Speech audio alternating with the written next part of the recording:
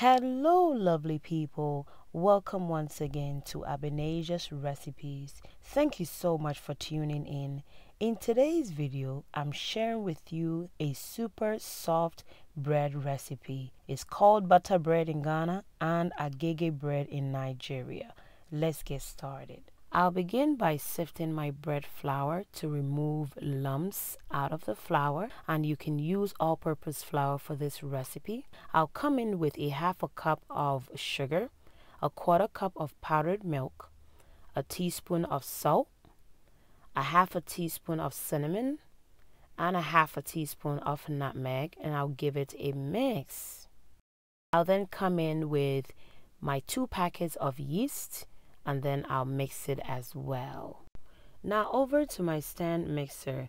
You can use your hands to make this bread if you don't have a stand mixer. I'll add 2 eggs, and then I will add 1 cup of lukewarm water, and then I'll give it a mix. If you're using all-purpose flour, I suggest you add your water gradually. Bread flour requires more water than all-purpose flour, so I've added another half a cup of water. I've added a teaspoon of vanilla extract to my water, so that makes it 1.5 cups of water. I'll then gradually add my butter, and the butter is my homemade butter, guys.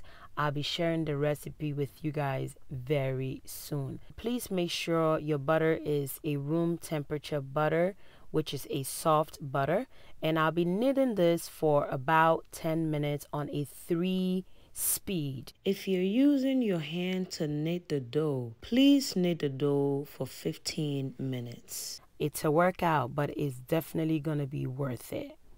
My bread is done kneading, and I have a beautiful and perfect dough. I'll then transfer my dough to a floured surface, and then use the heel of my palm to knead the dough for about 2 minutes. I'll cover the dough with a kitchen towel while I prep my bread pan. You can butter your loaf pan or use a cooking spray, and I'm using a cooking spray, and then I'll sprinkle some flour, which is also bread flour, in there. Helps release the bread very easily when it is done baking. I make sure to spray the lid of my loaf pan. Now with the help of a scale, I'm putting a parchment paper on, and I'm gonna weigh my dough.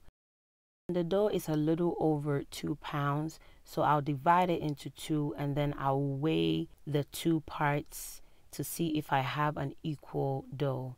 This is 1 pound and 13 ounces, and this one also is 1 pound and 13 ounces. It is time to roll out my dough. I'll use my rolling pin to roll out my dough, and then I will fold my dough and then roll it out again.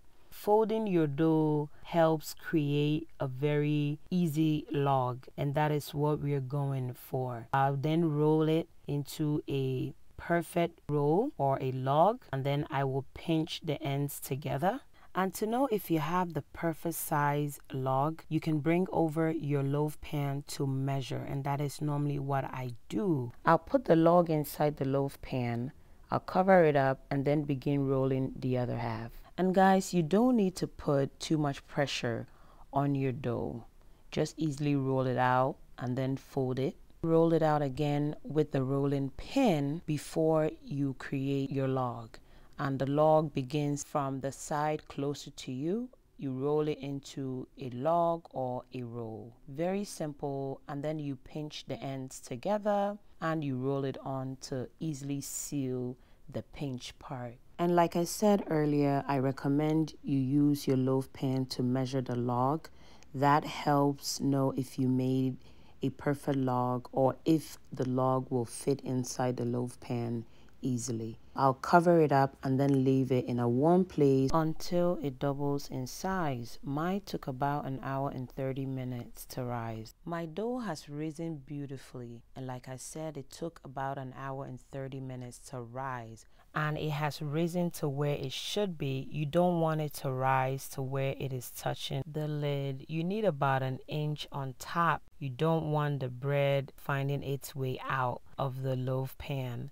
I'll be putting water inside the oven along with the dough, and the water creates moisture and the steam will protect the dough crust from hardening. I'll be baking my bread at 350 degrees for 45 minutes. It's been 45 minutes. I will insert a toothpick in the middle of one of the loaf, and when the toothpick comes out clean, that is an indication that the bread is done baking. Alright guys, so I will remove the water and then remove the bread out of the oven. And guys, you can find this loaf pan at Amazon.com. I'll try to put a link in my description just in case you want to purchase this loaf pan. But if you don't have this, you can use any loaf pan to make this recipe. And with a few smack on the loaf pan, the bread released very easily and beautiful. And there we have it. We have our super soft bread, Ghana butter bread or Nigerian Agege bread. I allowed it to cool down on a cooling rack for about 30 minutes before slicing. I'll be enjoying this bread with my homemade butter. Yes, I will be sharing this recipe very soon. It is super easy to make. Time to slice the bread so that you guys can see the inside. And look at it, we have a perfect soft bread, Ghana butter bread or Nigerian Agege bread. And I'm super happy that I used bread flour instead of all-purpose flour. So guys, if you have all-purpose flour, you can go ahead and use it, but I recommend you using bread flour. Bread flour works better when making this recipe. And I keep slicing the bread and my kids keep coming for the slice. Alright guys, so I'll just spread some of my homemade butter on the bread and it is amazing. I hope you try this recipe, and if you do, please give me a feedback. If you're a new subscriber, a warm welcome to you. Thank you so much for subscribing. God bless you. Thank you guys all for watching. Please kindly subscribe if you have not subscribed yet. Like and comment. Hit that notification bell so anytime I upload, you will be notified. Thank you. God bless you. And please stay safe. Bye guys.